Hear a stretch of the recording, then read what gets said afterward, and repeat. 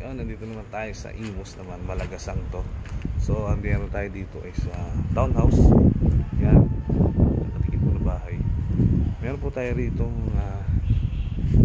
bank financing at pag-ibig. Sa mga kapwa ko OFW dyan, sa mga seafarer na nagmamadali, may matirhan dito sa Cavite. Malapit po sa airport. Ito po, turnover natin. At ito po ang ating house lot. Townhouse po siya. Pasukin natin ang loob.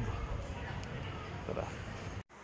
Yun, meron naman tayong binibentang townhouse dito sa Malagasang. Ready for occupancy. At ito ay papasukin natin yun. Tara. Ito po ay turnover ay bear type. Ayan, nakikita nyo. Ito ang service area. At nandito ang isang toilet and bath. Tara, tayo sa taas. Ito po makikita nyo ay bear type. Kayo pong bahalang magpagawa ng partition at ng kisame ninyo. Nasa inyo na po yan.